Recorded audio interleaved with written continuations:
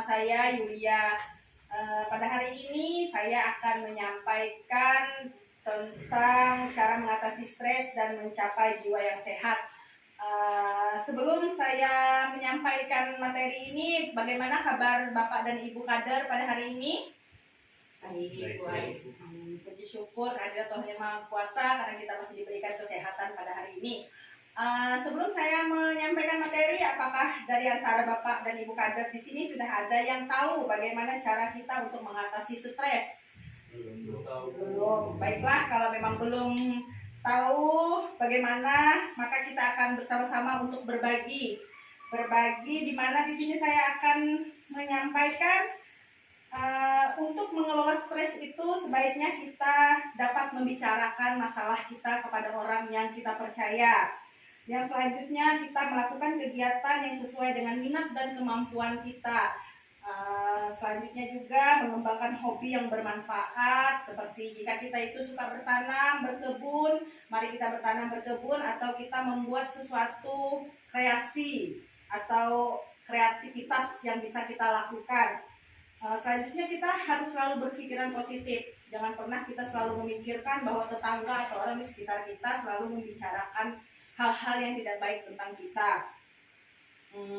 Dengan menenangkan pikiran juga, apabila terasa nyesek atau gimana, biasanya kalau kita nggak enak itu biasanya terasa sesak, itu mungkin bisa menarik nafas yang dalam, dan yang lebih penting itu kita meningkatkan ibadah dan mendekatkan diri kepada Tuhan Yang Maha Kuasa. Kita beribadah, kita berdoa, kita berserahlah. Jika memang kita tidak mempunyai orang yang bisa kita percaya untuk menyampaikan masalah yang kita rasakan, itu kita bisa berbicara dengan Tuhan kita.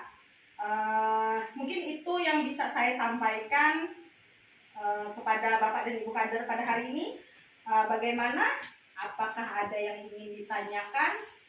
Atau kita bisa sharing dari pengalaman Bapak dan Ibu, mungkin bisa disampaikan kepada saya juga. Boleh, silahkan.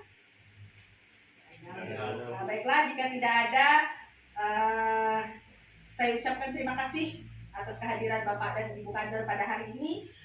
Saya ingatkan kembali bahwa untuk mengatasi stres dan mencapai jiwa yang sehat itu kita harus menjaga kesehatan kita sendiri. Kita berolahraga, kita makan yang cukup, kita menerapkan hidup yang bersih dan sehat, dan yang utama kita mendekatkan diri kepada Tuhan Yang Maha Kuasa. Mungkin itu yang dapat saya sampaikan pada hari ini. Semoga ini bermanfaat bagi kita sekalian. Saya akhiri, selamat pagi, salam sehat jiwa. Assalamualaikum warahmatullahi wabarakatuh. Selamat pagi Bapak Ibu kader. Di sini saya Andrea Nata dari PTD Puskesmas Baleriam ingin menyampaikan tentang edukasi perilaku minyak asap rokok atau menghindari asap rokok. Apa Bapak Ibu sekalian tahu apa itu bahaya dari asap rokok? Bisa batuk-batuk, Pak. Bisa batuk-batuk ya. Nah, di sini saya akan jelaskan dulu sedikit. Untuk yang pertama, pengertiannya dulu, yaitu rokok adalah hasil olahan tembakau terbungkus termasuk cantum dalam bentuk lainnya, nikotin dan tar. Nah, di sini apa yang dapat kita lakukan bersama untuk menghindari asap rokok? Yang pertama, tidak merokok di rumah maupun di dalam mobil. Yang kedua, tidak merokok di dekat anak, menjauhlah dari anak untuk merokok di luar rumah. Yang selanjutnya, melarang tamu untuk merokok di rumah ataupun di dekat anak kita. Yang selanjutnya, tidak merokok dalam bentuk vape atau sisa di dekat anak Anda. Yang terakhir, berhenti merokok sama sekali.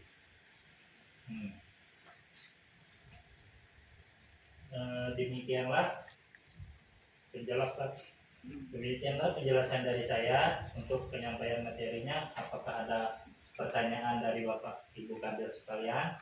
Pak, kalau nanti kami ditanya masyarakat, kalau untuk supaya bisa berhenti merokok itu gimana Pak caranya Pak? Oh ya, ini ada tips-tips untuk berhenti merokok Bu ya.